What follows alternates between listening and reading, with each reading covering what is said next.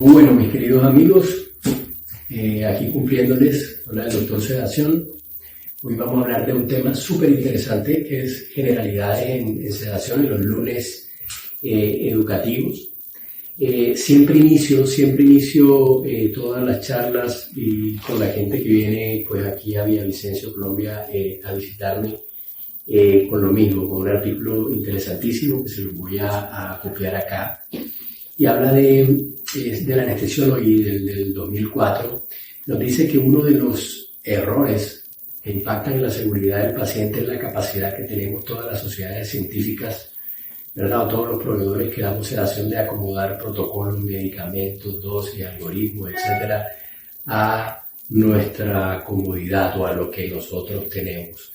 Eso no solamente impacta en la seguridad de nuestros pacientes, sino cómo ven nuestros pacientes o los familiares de nuestros pacientes o el público en general la sedación. Acrecenta esos tabúes que todavía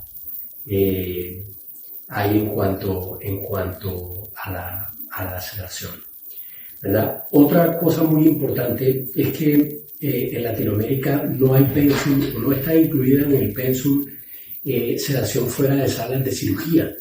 Entonces utilizamos literatura, ¿verdad? Y protocolos de manejo de otros países, Norteamérica, Europa, más que todo. Aquí en Latinoamérica usamos la bibliografía de Norteamérica y tratamos de adaptarlo, ¿verdad?, a nuestra población, que tienen genotipo y fenotipo totalmente diferente al nuestro, y empezamos a probar resultados o éxito, error, ¿verdad?, adaptándolos a nuestra población. Eso nos vuelve, digamos que, autodidacta, ¿verdad? Y ir adquiriendo experiencia que pudo haberse hecho desde nuestra universidad, ¿no? Otra cosa que también creo yo que nos mata a nosotros, y sobre todo a los anestesiólogos, es la informalidad como trabajamos. Por el hecho de ser anestesiólogos, ¿verdad? Aquí en Colombia son muy rígidos en cuanto a la habilitación. Creo que tienen más legislación que el resto de Latinoamérica. Estoy seguro. Tienen más legislación en cuanto a sedación que el resto de Latinoamérica, y son muy rígidos en cuanto a los estándares que hay que tener para habilitarse, pero todavía creemos que por ser anestesiólogos podemos volarnos ese paso, ¿verdad? Y muchas veces vamos, como decimos vulgarmente aquí en Colombia, con una ambú y 3 jeringas a sedar a nuestro paciente, dejando un poco la seguridad al lado. En fin, eso es lo que pasa aquí en Colombia y en el resto de Latinoamérica, aparte de que pues no publicamos, y si no publicamos mucho menos informamos acerca de los eventos adversos y las complicaciones que podemos tener. Hay una página online en donde lo podemos plasmar, que es del ASA. También se los voy a colocar aquí, se los voy a colgar para que estén o para que lo conozcan, ¿no? Voy a hablarle un poco acerca de la historia en cuanto a sedación. Hay un artículo interesantísimo también que es de Francis Cravero, en donde, y tiene un nombre muy, muy largo, ¿verdad? Y el nombre es Recomendaciones y Guías a través de los continentes y especialidades en sedación, que detalla más que todo la evolución en cuanto a la sedación en Norteamérica, poniendo como espejo pues al resto del mundo. El resto del mundo habla de Europa, ¿no?, que nos lleva años luz a nosotros. Y todo empieza pues con una catástrofe, ¿no? En 1983 las autoridades de salud se dieron cuenta de que estaban muriendo gente en el box, en el consultorio dental, y llaman pues a las sociedades que tienen que ver con eso, un concilio entre las sociedades, la Sociedad Americana de Pediatría, la Sociedad Americana de Odontología Pediátrica y la Sociedad Americana de Anestesia o ASA, para que dicten ciertas normas que hay que tener o ciertos protocolos que hay que tener para poder llevar al paciente de sedación. Ahí es donde aparece el fonendo precordial, donde se empieza a llenar el consentimiento informado. Aparecen 3 niveles: sedación moderada, sedación profunda y anestesia general, pero todavía digamos que no hay cambios en cuanto a cuál es o cuántos operadores hay que tener. En 1992, de acuerdo a las recomendaciones de la Asociación Americana de Pediatría, no de la Americana de Anestesiología, aparece el el oxímetro de pulso en todos los procedimientos, porque se dieron cuenta de que la sedación en función al tiempo empieza a trascender, empieza a evolucionar, el paciente se empieza a profundizar un poco más, ¿verdad? Todavía no se habla de continuo, pero ya se empiezan a dar cuenta, ya se les prohíbe a los padres que premediquen a los pacientes que van para procedimientos radiológicos u odontológicos, ¿verdad? Porque se empezaron a ver las complicaciones. En el 2002 salieron las primeras guías, ¿verdad?, para sedación y analgesia por no anestesiólogos, ¿verdad?, que posteriormente, como vamos a ver, fue adoptada después en el 2012, tal cual, por la Asociación Colombiana de Anestesiología, y que voy a dar mi opinión personal posteriormente también. Se agrega una cuarta clasificación: leve, moderada, profunda y anestesia general.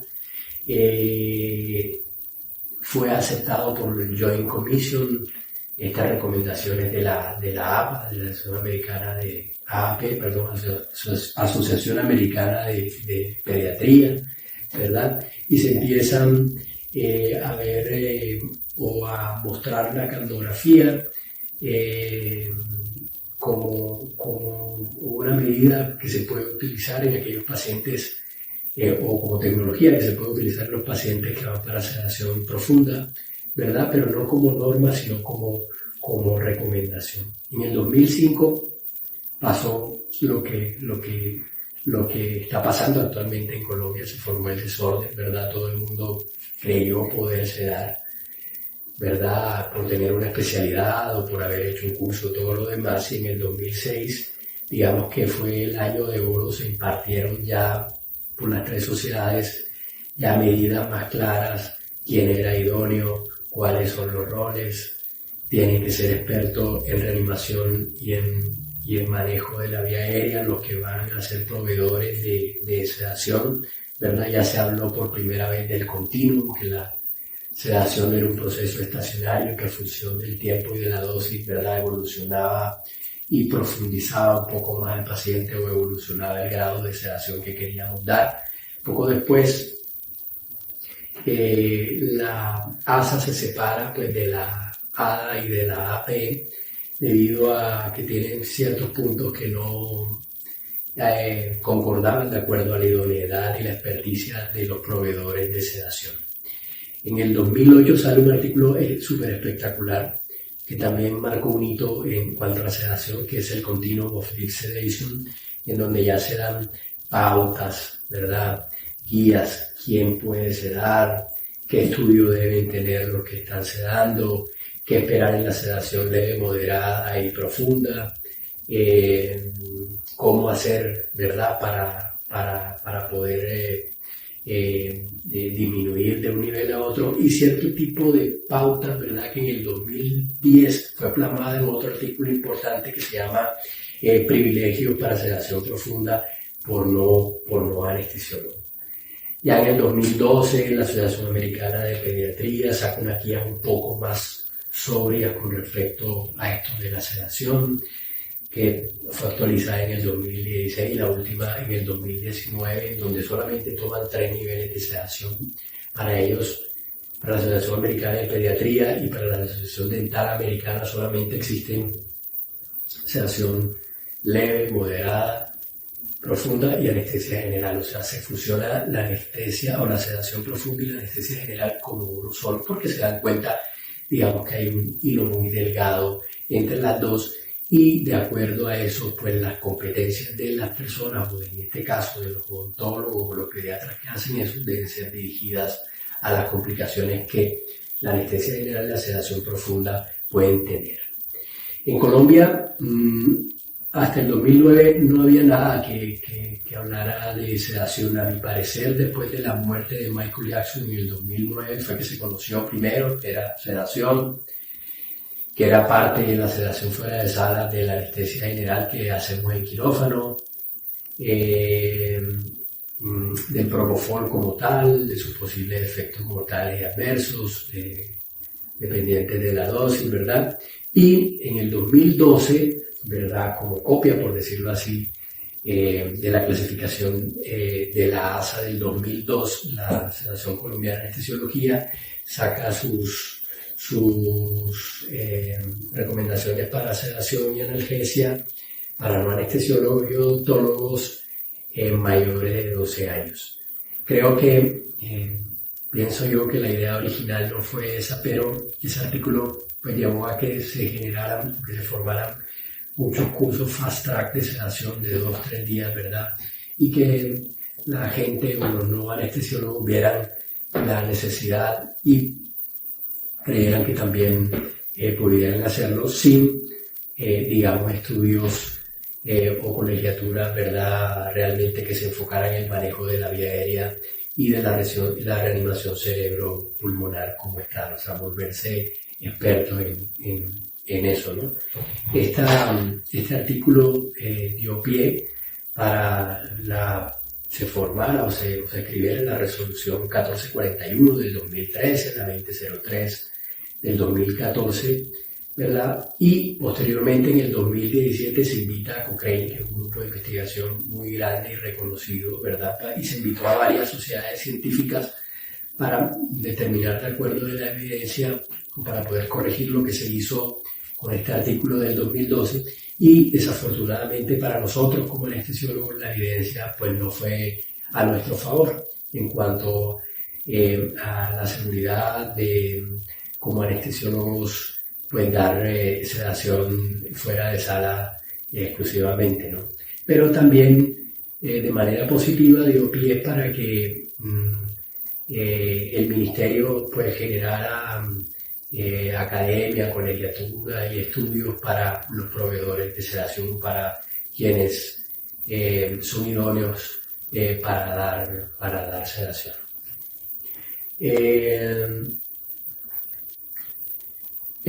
Ahora, hablando de la definición de sedación como tal, ¿verdad? La definición que actualmente encontramos, ¿verdad?, en la guía del 2012 actualizada en el 2015 y de las que vemos ahora inclusive las europeas, definen la sedación como un compromiso continuo del estado de conciencia que va desde una sedación mínima hasta anestesia general. Esa es la que encontramos en el inserto o en las letras pequeñas en la clasificación de la Asociación Americana de Anestesiología. Pero también utilizan una que no es de la ASA, sino del Colegio Americano de Médicos, y dice que es la administración de agentes sedantes o disociativos, que pueden ser analgésicos o no analgésicos, que modifican, ¿verdad?, el estado de conciencia y generan confort en el paciente, o hacen más placentero algún tipo de procedimientos en los pacientes. Esta clasificación para muchos de nosotros como proveedores de sedación se quedó muy corta, sobre todo porque solamente mide el estado de conciencia, y hay otras variables, como podemos ver aquí en el tablero, que corresponden o que hacen parte de la clasificación. Como podemos ver, la clasificación estándar de la ASA tiene 4 niveles, desde la sedación grado 1, mal llamada ansiolisis, sedación grado 2, mal llamada sedación consciente, y la sedación 3, sedación profunda, y la grado 4, anestesia general, con varias variables, ¿no?, que es la respuesta del paciente, que sería en este caso la conciencia o el estado de conciencia, la vía aérea, la ventilación espontánea y la función cardiovascular. Pues para no adentrar mucho en esto, vemos que en la medida en que avanza el grado, ¿verdad?, se va deteriorando todas estas variables, no solamente el estado de conciencia. De hecho, en la medida que se va deteriorando el estado de conciencia, se van deteriorando todas las variables. Ahora, y es muy importante, Cuando nosotros nos hablan de anestesia general, ¿qué pensamos? A ver, tómense unos segundos.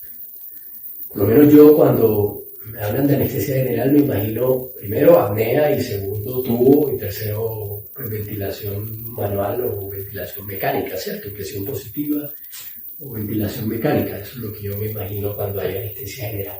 Pero si podemos ver, de acuerdo a estas variables, la conciencia, no hay respuesta aún con un estímulo doloroso, ¿ok?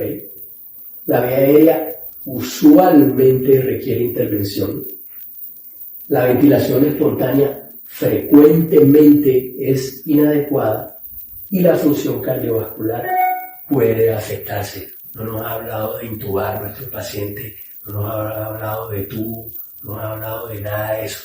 Por eso nosotros como proveedores de sedación profunda o sedación intravenosa, sobre todo en niños, porque los niños, la mayoría de los niños no hay colaborador, estamos en esta línea gris entre sedación 3 y sedación 4.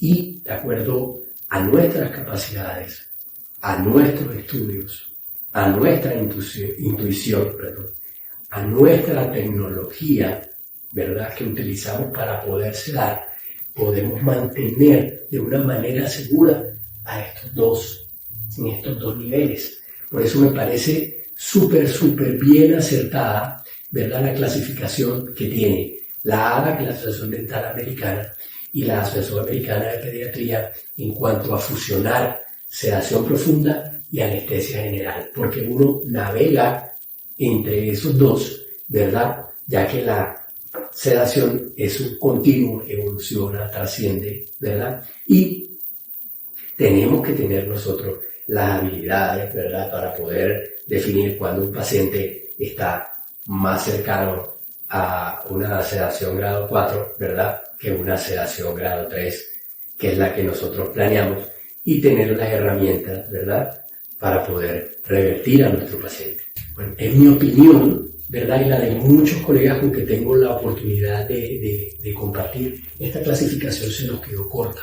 Y se nos quedó corta porque como anestesiólogos tenemos la manía, si se puede decir así, de mirar el grado de sedación de acuerdo al estado de conciencia.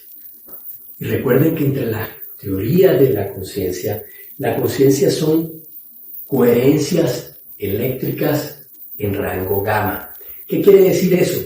Que existen up y down regulation, que de acuerdo a ligandos ya sean pues, propios del cuerpo, neurotransmisores o los medicamentos que nosotros colocamos exógenos, ¿cierto?, producen una función de acuerdo al receptor que estemos utilizando. Si son benzodiazepinas, los receptores GABA, si son NMDA, ¿verdad?, con la ketamina a nivel del glutamato, etcétera, todo lo que ustedes saben, pero solamente determinamos el estado de conciencia. Lo que nosotros hacemos, entre otras cosas, cuando aplicamos cierto tipo de medicamentos, sí alteramos el estado de conciencia, ¿verdad?, o desordenamos, si se puede decir así, esas coherencias eléctricas cuando el medicamento que nosotros aplicamos llega a ese bolsillo, a ese poro transmembranal y hace que el receptor cambie la conductancia de ciertos iones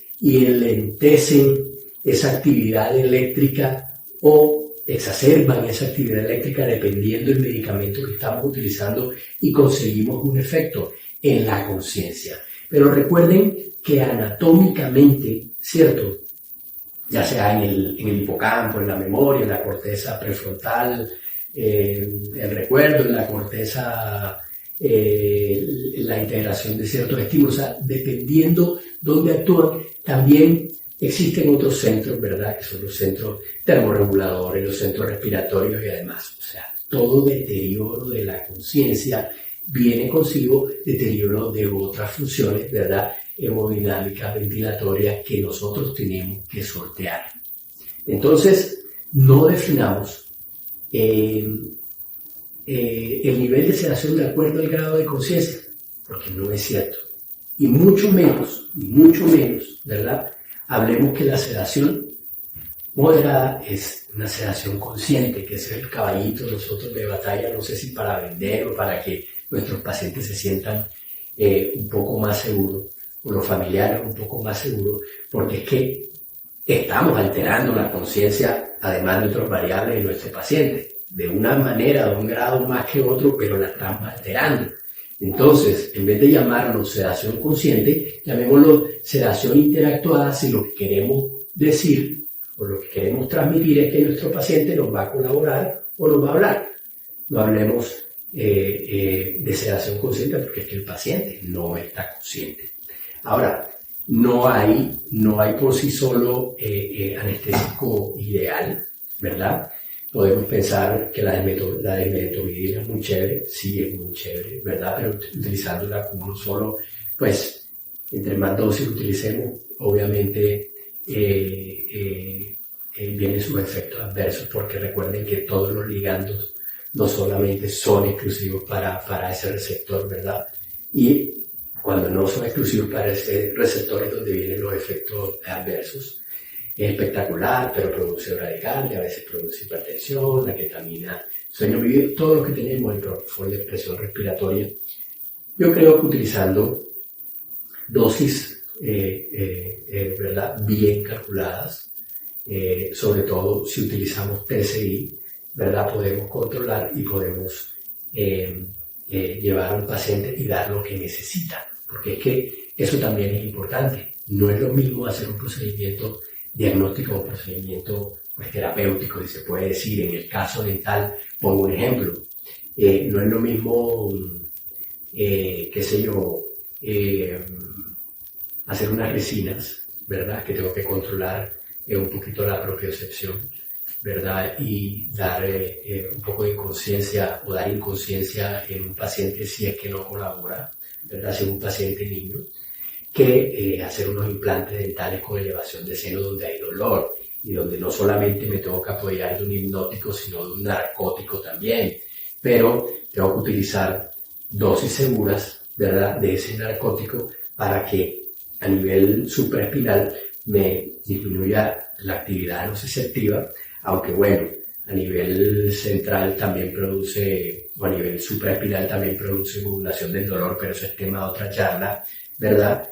Y la respuesta neurovegetativa, pero y al mismo tiempo utilizando benzodiazepinas o otro tipo de fármacos, ¿verdad? Para que también el paciente esté bajo hipnosis, ¿verdad? Que en conjunto pues la llamamos sedación. Eso es todo lo que tengo que decir por hoy. Por favor, si tienen alguna duda, algún comentario, si algo no les parece, si quieren complementar, por favor escriban, por favor opinen, es muy importante. Realmente el tema es muy grande, hay mucho de qué hablar, ¿verdad? Si tienen alguna sugerencia de qué tema quieren que toquemos después, aquí estoy para eso, para que aprendamos y para aprender, ¿verdad? Y bueno, muchísimas gracias por aguantarme todo este reel y nos vemos el próximo lunes. Gracias, doctor Sedación.